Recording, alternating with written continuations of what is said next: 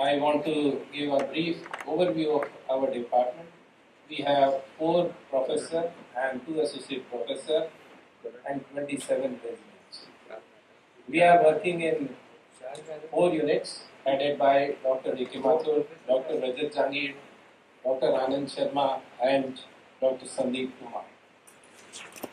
We have done around 1700 surgeries, major surgeries in last year, including pelvic-acetabular surgeries. Around 200 of them we have performed in last 4 years. And complex shoulder surgeries, complex trauma like posterior flexor dislocation, and heavy arthroplasty and reverse shoulder replacement. And our spine, we are doing scoliosis surgeries and other spinal surgeries. These are the various complex orthopedic surgeries we have performed. In replacement, we are doing uni and total knee replacement and revision replacement, unlike that in hip and shoulder also. And we have 4 or 5 arthroscopic surgeons and regularly doing arthroscopy. Around 225 surgeries were done in the last 1 year. With the help of various departments of SRCC, we are regularly doing orthosurgeries. We have done 5 ECRTs and 30 limb salvage surgeries. And in AVN, PHR is the gold standard, but we have been able to preserve the joint by vascularized fibular graft. And these are the various publications by our faculty in national and international journals. Dr. Rajat Jangir has represented Indian team as a sports surgeon in Rio Olympic. Dr. Sandeep has performed first minimally invasive total hip replacement in Rajasthan. Dr. Rajat Jangir was secretary Indian Cardiologist Society from 19 to 22. Currently, he is editor in Elsevier Journal of Orthopedic Reports and fellowship committee member in International Cardiologist Society. Now I invite Dr. Ritvik Singh to start the course. Patient presents with a chief complaint of pain in the right knee for 2 years. Patient was asymptomatic for 2 years until experiencing pain which was insidious in onset, dull aching in nature over the anterior aspect of the knee. Pain gradually worsened over the course of 2 years. Initially, the patient managed the pain with 1 to 2 tablets of NSAIDs and every 5 days, but intensity of the pain increased, requiring daily NSAID use. The patient initially experienced pain only during high demand sports activities such as running. However, over the past 6 months, the pain has worsened, and the patient now experiences difficulty even during low intensity activities like climbing stairs and even during prolonged sitting. This escalation in pain management coincided with a decline in the patient's ability to participate in the sports activities such as boxing. The pain is relieved when leg is kept extended and worsens with the activity. There is no pain-free interval and no diurnal variation. The patient did not have any history of swelling, trauma, redness, fever, restriction of movements, loss of appetite, weight loss, or night sweats. There was no involvement of other joints. The patient, a national level boxer, occasionally took medication from nearby medical store and underwent physiotherapy for 4 months without relief from pain. And the patient did follow the vegetarian diet, and there was no history of any addiction, and there was no significant family or past medical history associated with the patient. To summarize, this is a 23-year-old male with a 2-year history of pain in the anterior aspect of right knee, which increased with moderate intensity and increased on strenuous activity and relief when knee is kept in extension. At this point, I want to ask my fellow colleagues what could be the possible differential diagnosis based on the history. It can be meniscus injury. Yes, it could be meniscus injuries. It could be. Any more?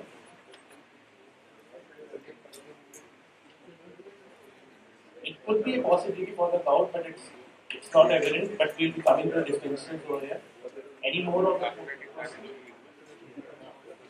Coming to the inflammatory causes, patient's athletic background suggests that overuse could lead to conditions such as cordyceps tendinosis or patellar tendinitis and synovitis. Additionally, swelling at the bursa could potentially indicate pre-patellar bursitis. These inflammatory conditions should be considered in the differential diagnosis.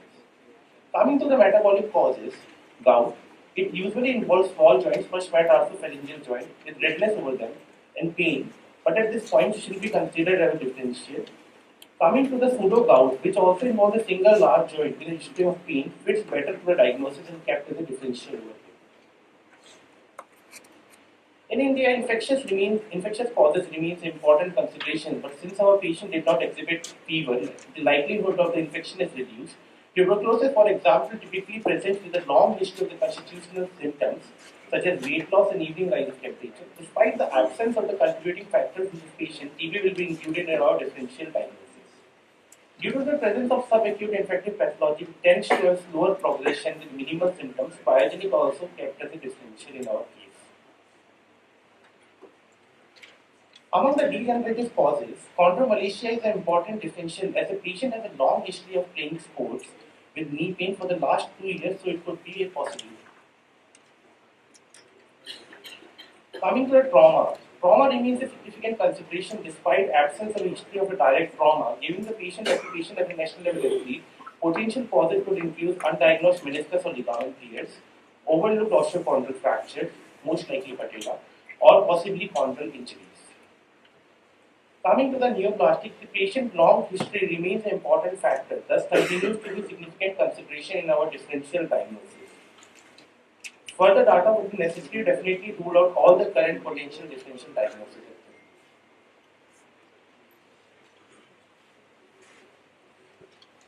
The patient is well built, well nourished, and is conscious, alert, and cooperative. Vital signs including pulse, blood pressure, and respiratory rate were within normal ranges. There is no significant findings on the general examination. On examination of the right knee, muscle wasting is seen at the thigh and the calf. As compared to the contralateral side, skin is normal, there is no swelling, scars, or sinuses present. The patella is positioned normally with the anterior superior iliac spine at the same level. There is no limb length discrepancy noted, no deformity is present. There is no swelling, scar, or visible pulsation in the popliteal fossa.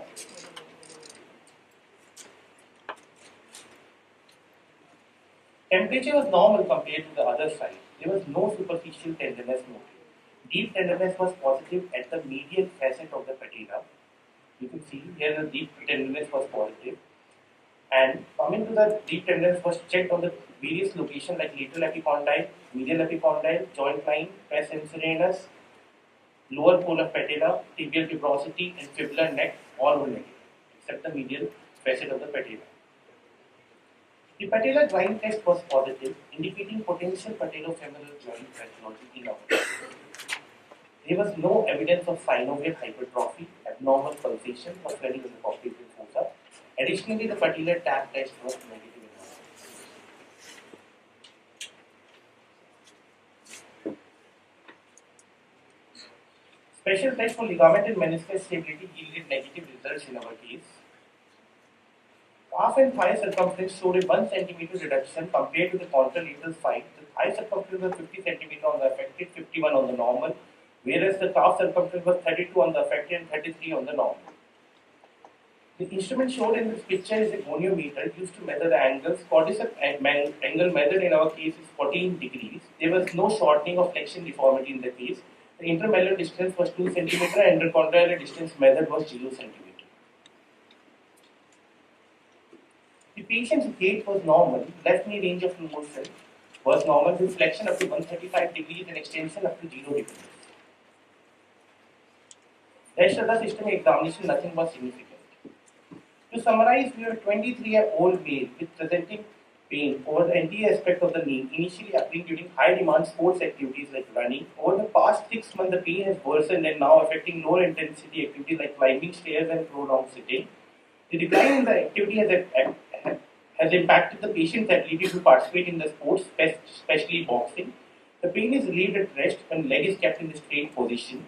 Tenderness is noted on the medial facet of the patella, accompanied by the positive patellar grind test. Additionally, there was 1 centimeter of muscle wasting observed at both thigh and calf. Among the blood tests, all parameters were in the normal ranges. Given the normal counts and absence of the elevated erythrocyte sedimentation and C-reactive protein, the possibility of the infection can be ruled out. And also normal serum uric acid infers low possibility of the gout. Again, at this point, I'm going to ask my fellow colleagues what could be the possible differential based on history, clinical examination, and the lab diagnosis.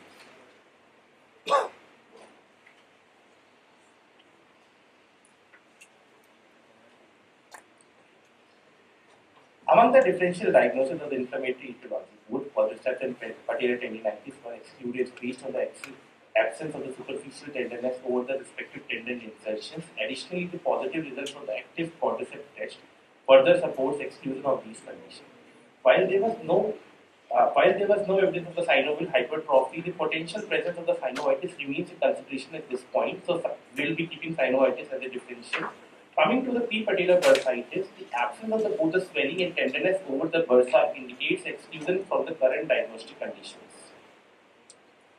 Coming to the metabolic, with normal serum uric acid levels and normal erythrocyte sedimentation rate and C-reactive protein, leads to elimination of gout and pseudo-gout in the case.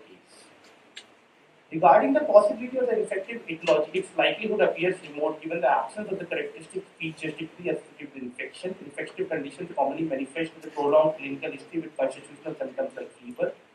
There were no constitutional symptoms present in our case. Moreover, normal leukocyte count and erythrocyte sedimentation rate and C-reactive protein further supports the exclusion of the infectious cause at the state of the. Coming to the degenerative causes, as the history reflects, anterior knee pain is a long history of positivity of the patellar grind test, and it suggests there could be degenerative properties in the cartilage, leading to chondromalacia remains a possibility in our case.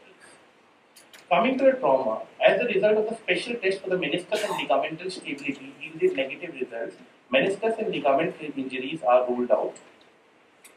Coming to this trauma remains a significant consideration despite absence of the history of direct trauma in our case. Given the patient education at the national level H3, repetitive micro trauma could be leads to overlooked osteochondral fractures, most likely patella, or possibly the chondral lesion at this point. They both will be continuing with us. Regarding the neoplastic etiology, the patient's long history remains an important factor, but even there is no swelling and absence of the constitutional symptoms, the possibility of the tumors cannot be ruled out at this point. Further investigations are essential to conclusively exclude all current potential differential diagnosis. We requested for the radiological workup, for which I invite Dr. Arzoo.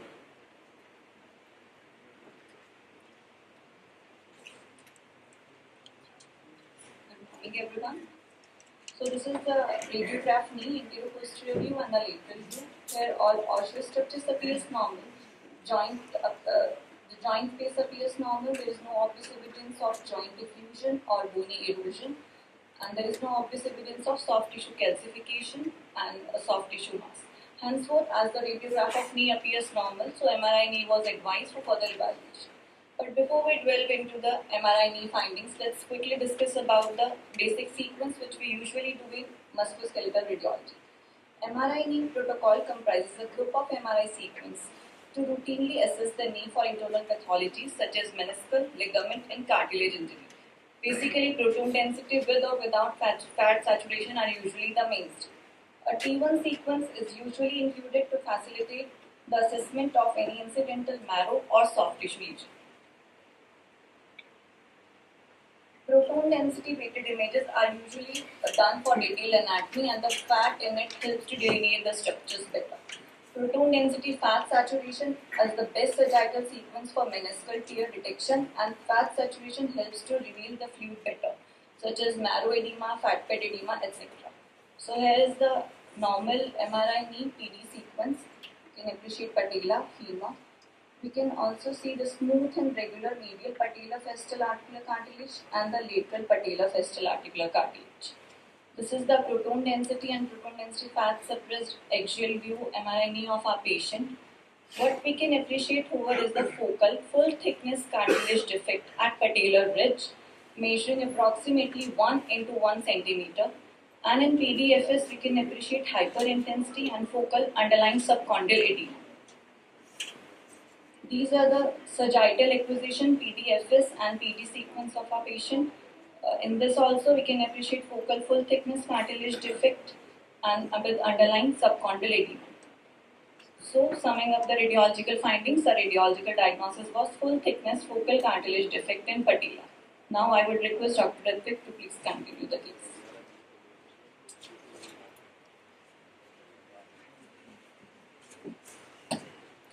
Thank you, Dr. Arzoo, for a valuable input. Now, after the history, clinical examination, blood test, and radiological evaluation, we have our diagnosis. The diagnosis at hand is a focal chondral lesion of the patellar cartilage measuring 1 centimeter by 1 centimeter. The most likely cause of the cartilage damage is a repetitive microtrauma. Prior to initiating the management, I kindly request Dr. Aditi to provide further insights into structure and function of the articular cartilage.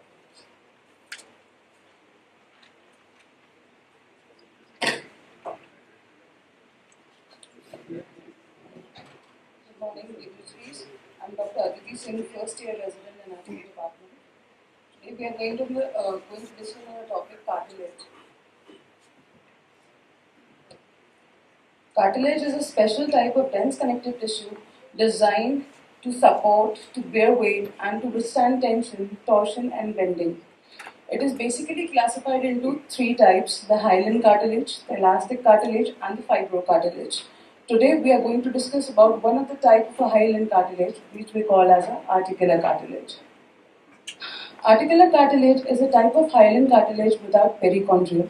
It has load-bearing surfaces of all synovial joints. It is a highly organized structure and quickly recovers its shape to withstand the multiple forces created during the movement. So we can say articular cartilage is a white rubbery substance that covers the end of the bones of any joint where 2 bony surfaces move against each other. It acts as a shock absorber and to protect the underlying bone. Basically, some peculiar features of the articular cartilage as we can see. Articular cartilage is basically composed of the chondrocytes, which take up to the 5% of the total volume of the cartilage. Each chondrocyte establishes a special microenvironment responsible for the turnover of extracellular matrix in the immediate vicinity, which is over around 95%. Basically, matrix is required to maintain the structure and function of the cartilage. Rest water content is around 65 to 85% and also contain the protoglycans, which is the protein polysaccharide, which is up to 10 to 20% of the wet weight. Protoglycans have a unique bond with water which allows articular cartilage to resist and to distribute the compressive forces. The fibers here mainly found are of collagen type 2, which make up to the 57 to 75% of the dry weight of the cartilage. One of the main unique features of the articular cartilage is it lacks blood vessels and nerves, so because of that, it has a limited healing potential due to the lack of vascularity. This diagram shows the collagen and the chondrocytic pattern of the articular cartilage, which is divided into zones. So the first zone we call a superficial or the tangential zone protects the deeper layers of the shear stress and makes up to 10 to 20% of the articular cartilage thickness. Here the collagen fibers are found to be mainly of type 2 and some of the fibers of type 9 and are packed tightly and arranged parallel to the articular cartilage. It contains relatively high number of flattened chondrocytes. Immediately to superficial, there is a transitional zone, which is the second zone, or we could call as a middle zone, which provides an anatomic and functional bridge between the superficial and the deep veins or deep zones. It represents around 40 to 60% of the total cartilage volume. It contains proteoglycans and thick collagen fibers organized obliquely to the chondrocytes, which are spherical in shape. Functionally, the middle zone is in the first line of resistance to the compressive forces. Now, the third zone or the deep zone, providing the greater resistance to the comprehensive forces, where the collagen fibers are arranged perpendicular to the articular cartilage. Deep zones have the largest collagen fibers and have the highest protoglycan content and lowest water content up to the 30% in the articular cartilage volume. Here in the line, we have a tide mark line which basically distinguishes between the deep zone and the calcified zones. Last not the least, articular cartilage lacks blood vessels and it has a very limited healing potential capacity due to its vascularity. Now, nutrition of the cartilage. Articular cartilage is a avascular tissue nourished by two potential pathways. One is the synovial fluid diffusion and one from subchondral bone vessels. Both the routes provide nutrition to the cartilage and plays a very crucial role in maintaining the normal cartilage hemostasis and its functions. Thank you. Now I hand over to Dr. Ritvik for further presentation.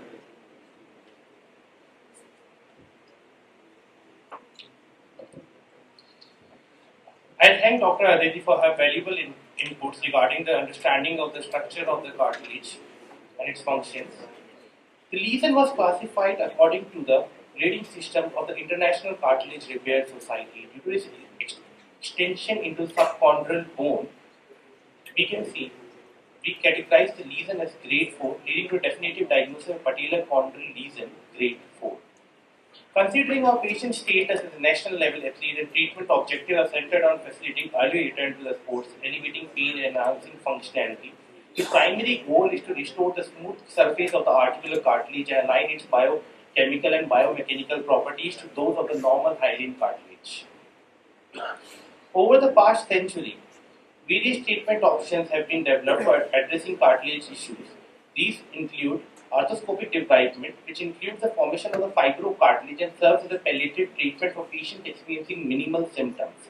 Coming to the second, marrow stimulation or microfracture, which promotes the formation of the fibrocartilage and is employed as a reparative procedure typically for patients with low demands and smaller lesions.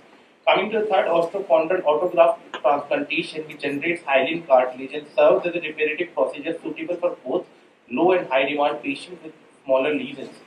Coming to the final one, which is the autologous chondrocyte implantation, recognized as the most advanced and regenerative among the procedures. These techniques lead to the formation of normal hyaline cartilage and is utilized for treating lesions ranging from small to large, including cases involving bone loss in high demand patients.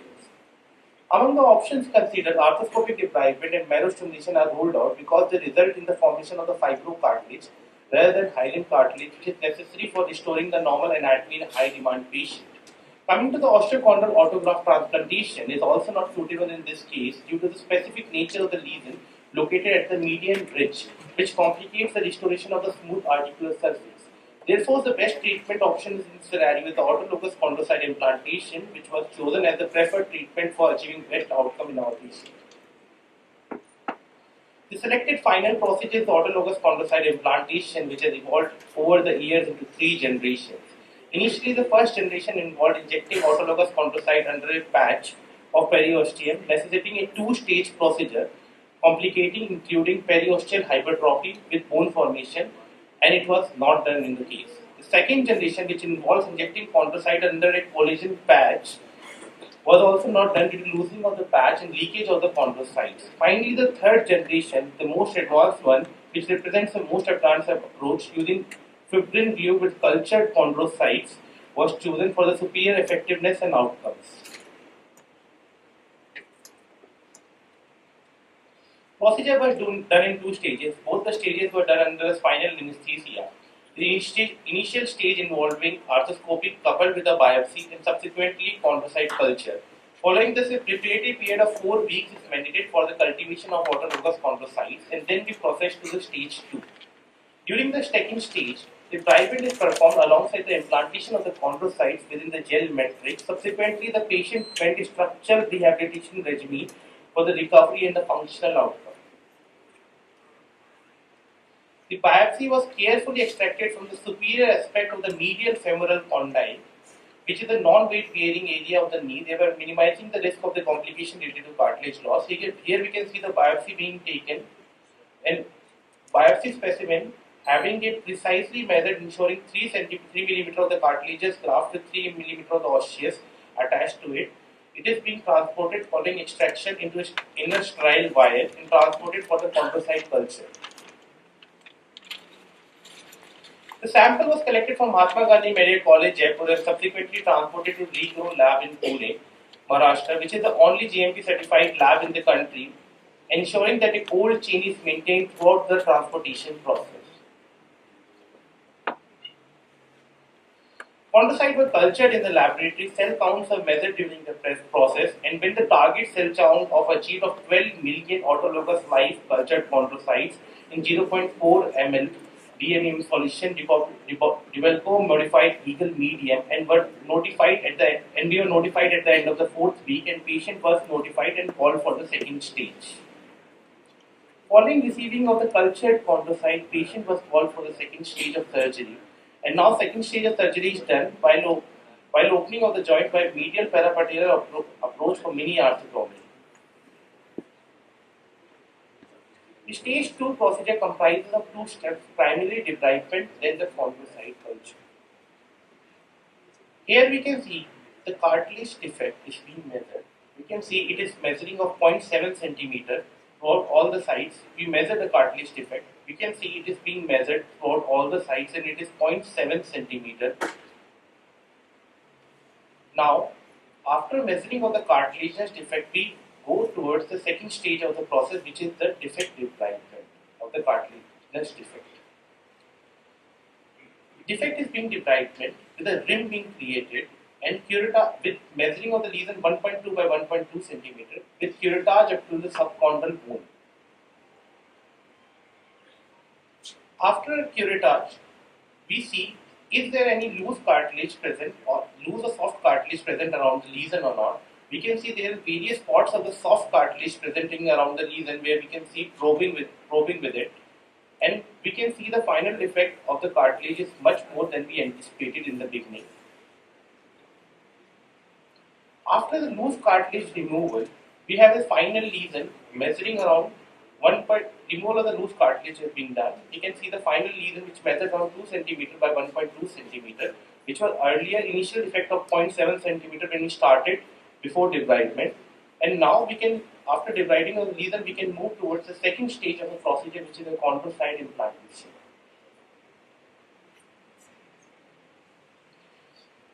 Here we can see chondrocytes are being placed in the fibrin glue at the center of the defect. We fill the defect from the center to the periphery. This is the fashion we use in the process. From the center to the periphery, we use a drop by drop method. We fill one drop, then we ensure the previous drop is settled before pouring on the next drop to form the uniformity and overflow of the fibrin glue in chondrocytes. We can see this.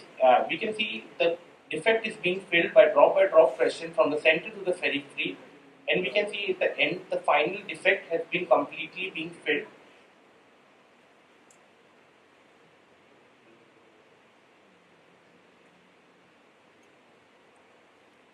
You can see how meticulously the drops are being placed, single drop one by one after it.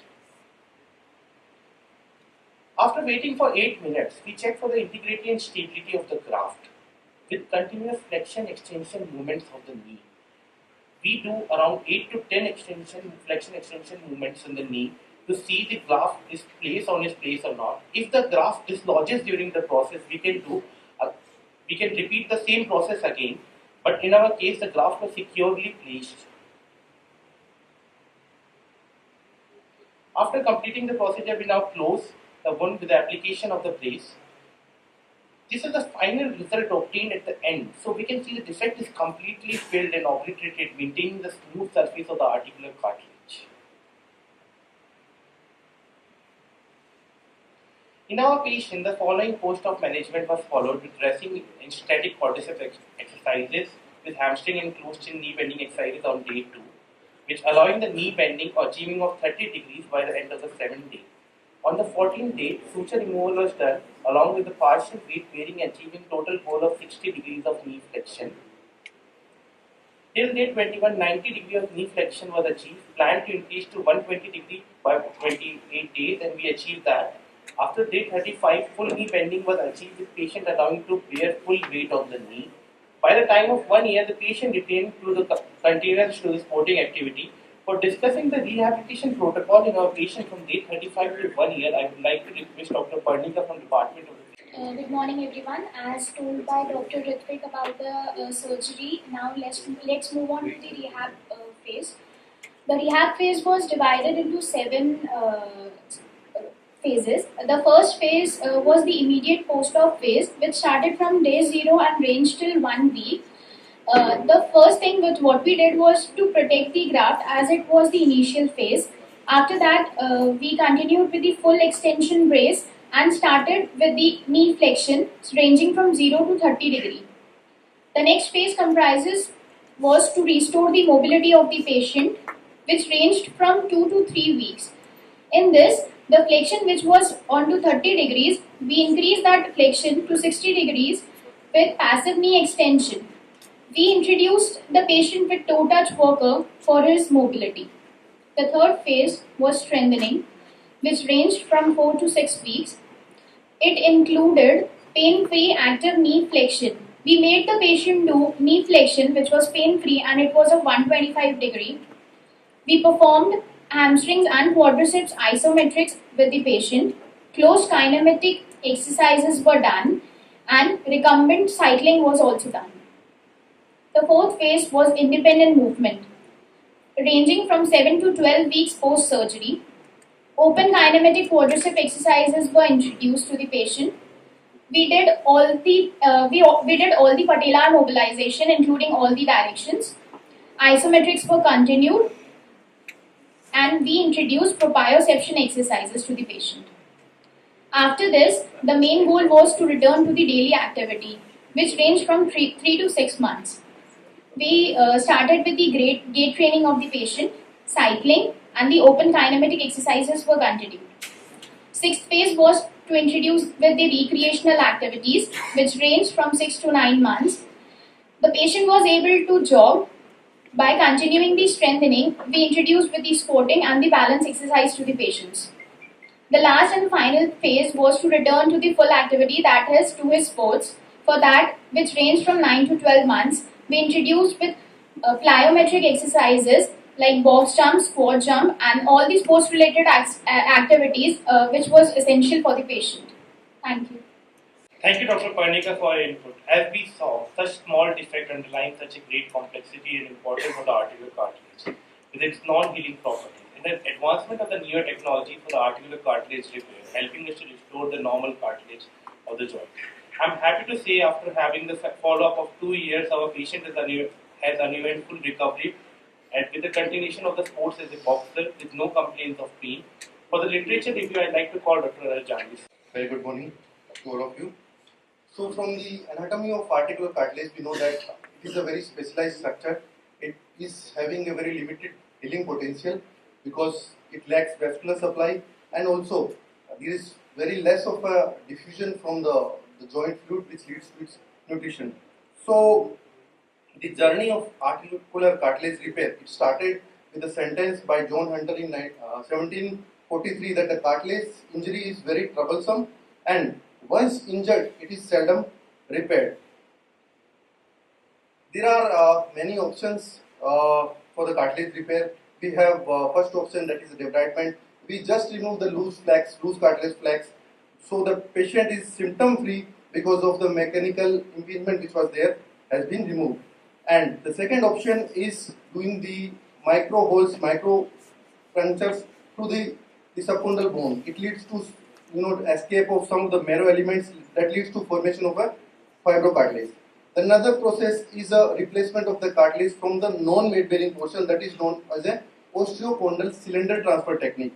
So in this process, you need to transfer the osteochondral cylinder from the non-weight bearing portion to the high demand weight bearing portion, wherein the defect is filled and you will get a hyaline cartilage.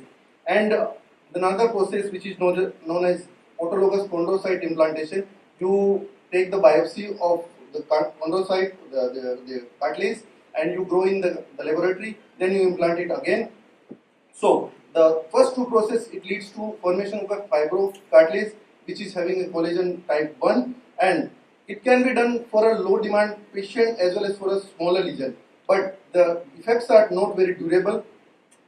But in the last two procedures, osteochondral cylinder transfer and ACI, you get a hyaline cartilage, and this hyaline cartilage, the effects are very durable, and it can be done in patient with a high physical demand, as well as there is no size shape restrictions, especially for ACI. The autologous chondrocyte implantation, the first surgery was the concept was developed by Professor Metz Ritvik from Germany, and it was not well accepted at that time in 1994. He was called as an insane surgeon by his fellow colleague, as he removed the cartilage from the joint, he grown in the laboratory in artificial medium, then implanted again. At that time, it was not very popular. He was called as like an insane surgeon, but now he's the godfather for every cartilage surgeon in the world. From that, the ACI has evolved over a period of time from first generation to second generation, and we have used the third generation in this patient. The first generation, essentially, the chondrocyte was secured with the periosteal patch, and this periosteal patch has a tendency to get it hypertrophied, as well as you need to do a second procedure. So it was evolved to the second generation, that was the securing that with the collagen patch, but still there was a chances of escape of chondrocyte from that collagen patch. So the gel-based ACI is the most advanced one which we have used. So there are not many studies available for the autologous chondrocyte implantation. This is the study by Professor Matt Whitman. He's published his study 5 years follow-up. All the cases from Europe. There were 14 centers from Europe. They had total 144 patients. That was done over a period of 20 years. So the number is not very much because of its limited indication as well as the cost factor. In the study, they have shown that it is better than micro fractures in terms of durability. And another study by Christopher Argalet from Europe again, he has shown 21 patients over a period of 12 years. Again, the durability of the repair is quite good. So from all 3-4 studies, it can be concluded that the autologous chondrocyte implantation leads to a hyaline cartilage repair, provides excellent congruency, and there is no size and shape restriction. So it's a very good option, especially for a high demand athlete. We have shown our athletes suffering from pain since 2 years and not able to participate in sports for 6 months. So this is the follow of this patient. He is back to competitive sports since last 3 years, and recently he has participated in the international event that has been done at Thailand, and he has sent me these videos recently.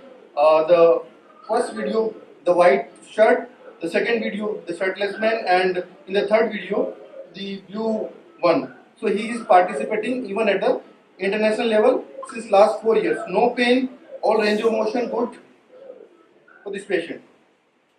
So where we stand in this cartilage repair surgeries. There are 3-4 centers in India which are doing the cartilage repair surgery like this. We have done one case of ACI, the autologous chondrocyte implantation.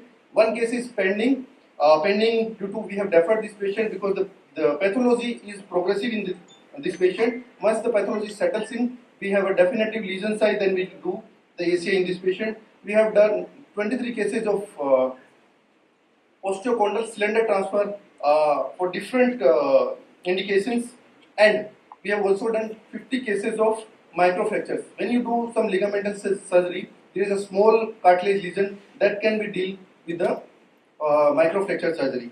Why there are less number of surgeries done for autologous chondrocyte implantation? Reason number one is the indication. The indications are very limited. You can do it only for a focal chondral lesion. It cannot be done for a degenerative lesion like an osteoarthritis, where you have a full lesion everywhere in the knee. You have to be very specific for a focal chondral lesion. That is the one thing. Second thing is the cost factor. The cost is approximately 2 lakh rupees for a culture and another 2 lakh rupees for a surgery, 2-stage surgery. So it's 4 lakh rupees. That's why the less number is being done. Once we'll get at least 10 patients in all of the center, we'll get 35-40 cases, then we'll try to publish a multi-center study like the Europe studies, which have been done in a multi-center manner. So, other than the cartilage repair surgery, we have also done the surgeries in athletes like a professional football player, the professional taekwondo player. They have won medals as well as for the international national event as well. The national gymnastic player, football player, badminton player, kabaddi player, hockey player. These are different athletes which have been operated for the ligamental surgery and meniscus repair surgery at our center. I am fortunate enough to serve as Secretary of Indian Cartilage Society as well as a fellowship committee member of the International Cartilage Repair Society. And at the outset, I would like to thank the management of Mahatma Gandhi Hospital for providing us with such facility to be able to work with these patients, as well as the Department of Radiology for their support, Department of Anatomy, and Department of Anesthesia specifically for their support during the surgery. The Department of Physiotherapy for providing the care to the patient post-operatively, and special thanks to CCR Review Committee for providing their inputs, sparing their time for presentation of this case. Thank you.